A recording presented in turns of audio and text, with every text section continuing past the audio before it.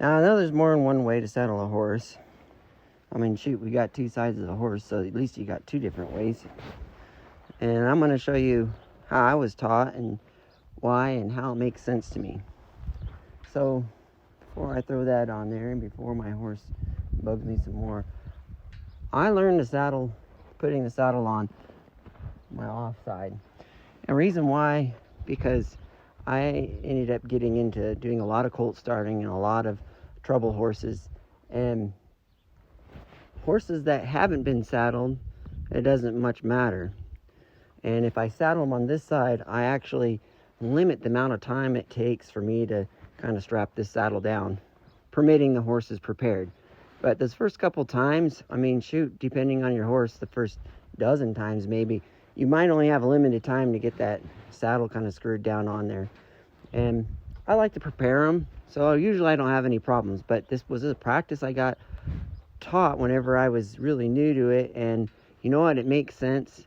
And you know, here we are 15, 18 years later, however long it's been, and I'm still doing the same thing because it works. It works well.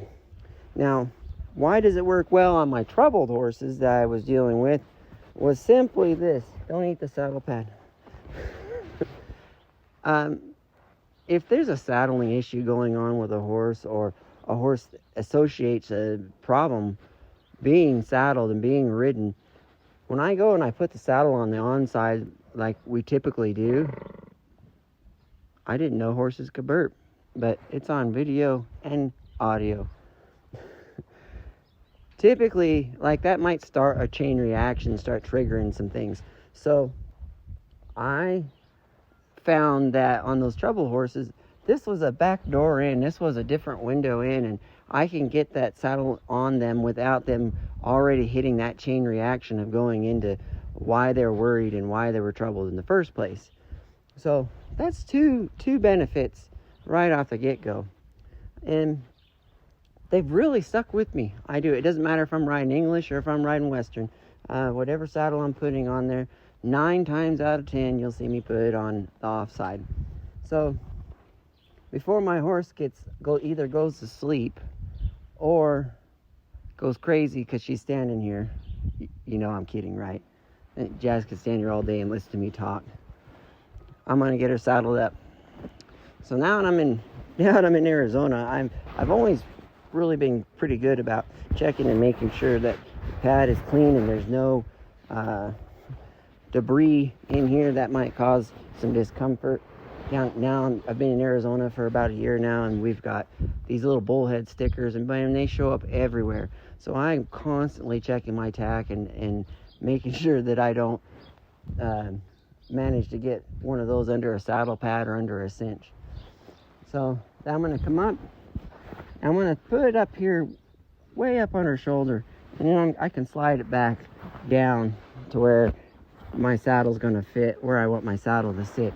This saddle pad's got a little bit of a raised spot where it sits under the saddle, and you want to make sure that's straight.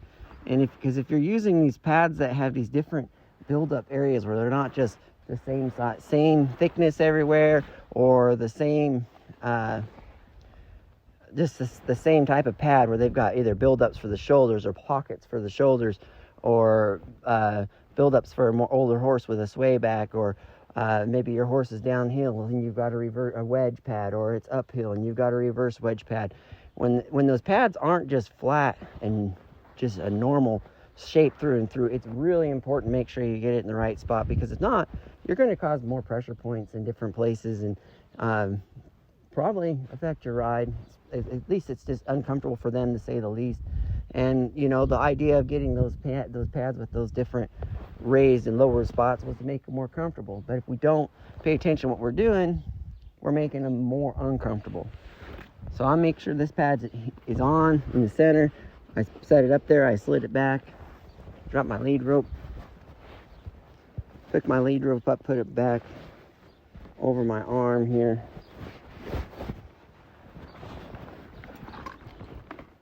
Now when I throw this up there, I'm not going to just drop it on them. I'm gonna swing it up, swing the stirrup over, and I'm gonna set it on their back, just like that. All right, my pad Get everything centered where it needs to be. I'm going to check on this side. I'm going to check for shoulder clearance. I ride this saddle on this horse quite a bit, but I check every day because they build muscle and they lose muscle, and maybe they're swollen, and I want to make sure that they got enough room for that shoulder so I don't damage that cartilage in their shoulders there, in their withers, so into their withers. So the big reason why I put it on the offside while I was taught is all my rigging's over here. So I drop my rigging. I'm going to check my cinch, make sure there's no bullheads or anything in it. Not really, like it don't really stick to leather, but I like to kind of give a visual on my rear cinch too. And I'm going to check, because this cinch is a shoulder relief. So if it's not centered underneath this horse, if it's crooked off to one side or the other, it's actually defeating the purpose. So it's actually more uncomfortable, causes more pressure points. So make sure that's all centered for you. So then I'll move my horse over here so you can see. She's like, why are we moving? You're not ready yet. So I'm going to step her over here, square her up just a little bit, just so she doesn't go wandering off. I'm going to do the same thing on this. I'm going to push that pad up, make sure it's in the middle, check my shoulders, check the rear of my pad, make sure there's no strings under anywhere. And then I'm going to undo my breast collar. And I'm just going to set it on her withers there. Now, if this was a colt, I wouldn't be talking you through it, because I don't want to risk them losing their patience or losing their, slide that just a little bit, losing their confidence in the situation. So when I take my saddle off, I put this, with the way I put my latigo away here, it's again a time saver and makes things stay nice and clean and tidy, like my cinches on the other side. So I just untie that first knot, and I'll grab my cinch, put it through that first loop on the D-ring there, and I'm just going to pull it up snug, go to that second layer of latigo, and then when I tighten it, I'm going to touch her, I'm going to pet her, and I'm going to pull on it, but I'm not going to jerk up on her. I'm not going to cut off her air, so to speak. So snug that up, and she should be able to handle that, but you don't really want to ride with your cinch too tight anyway. There's more potential for discomfort. I'm going to take my latigo through one more time.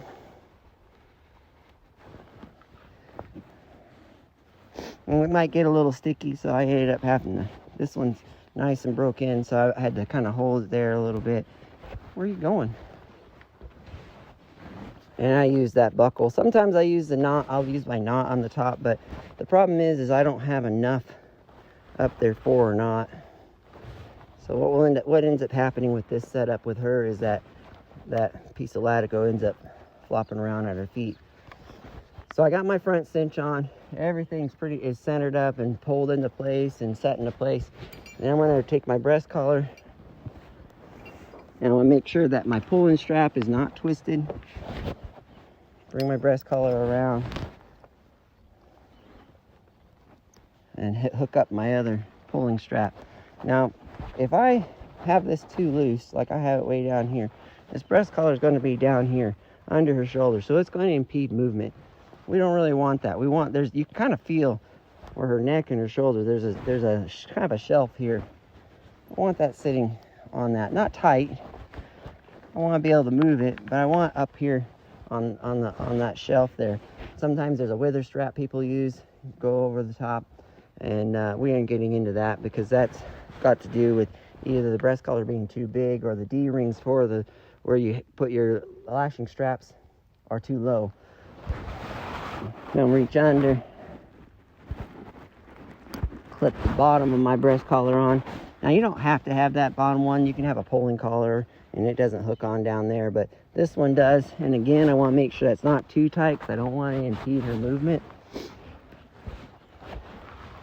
I'm gonna reach under, find my rear cinch, and I'm gonna tighten that up. Now, I'm not riding here.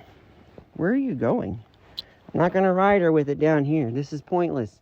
This is like you trying, this is like, I can't even give an example for it. This is actually asking more for an accident than it is to be safe. It's doing absolutely nothing. They can get a stick in there, you get a foot caught in there, and if they stop really hard or they spook themselves and they ball up, this is gonna goose them. It's just not nice to do that.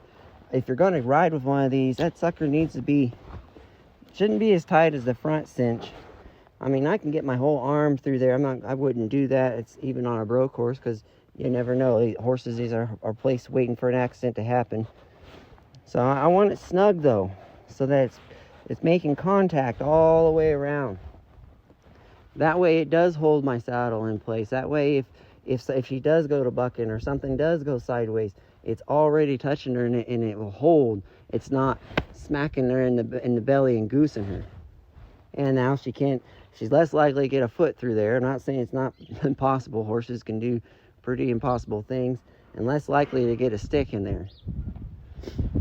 So that is how I like to saddle my horse, how I learned to, and it's stuck with me all these years, and it is really quick and efficient. Because the same way when I take it off, I'm going to take it off exactly the opposite way. I'm going to take my rear cinch off first.